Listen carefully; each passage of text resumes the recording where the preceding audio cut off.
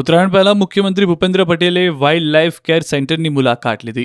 થલતેજમાં આવેલા wild life care પર મુખ્યમંત્રી પહોંચ્યા. વાઇલ્ડ લાઇફ કેરમાં અબોલ પશુ પક્ષીઓને ઉત્તરાયણ દરમિયાન સારવાર કઈ રીતે અપાશે તેનું નિરીક્ષણ કર્યું.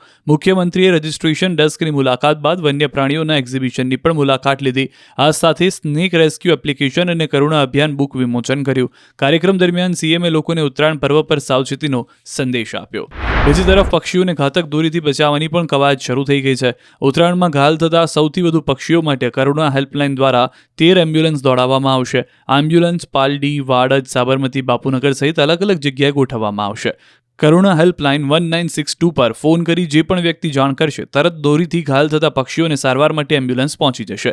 સામાન્ય દિવસોમાં રાજ્યમાં 37 એમ્બ્યુલન્સ જ હોય છે, પણ ઉત્તરાયણને લઈને વધારાની 50 એમ્બ્યુલન્સ મળી કુલ 87 એમ્બ્યુલન્સ તૈનાત રહેશે. આ તરફ ભાવનગરમાં પણ એનિમલ હેલ્પલાઇન હોસ્પિટલ દ્વારા દર વર્ષની જેમ આ વખતે પણ ઉત્તરાયણને ધ્યાનમાં રાખીને તારીખ 10 થી 20 જાન્યુઆરી સુધી રાજ્ય સરકારના અને હોસ્પિટલના એનજીઓ દ્વારા કરુણા અભિયાન હાથ ધરાયું, જેમાં પતંગના દોરાથી ઘાયલ થયેલા પક્ષીઓની સારવાર માટે કેમ્પનું આયોજન કરાયું. આ અભિયાન માટે 70 થી વધુ જીવદયા પ્રેમીઓ સેવા બજાવશે.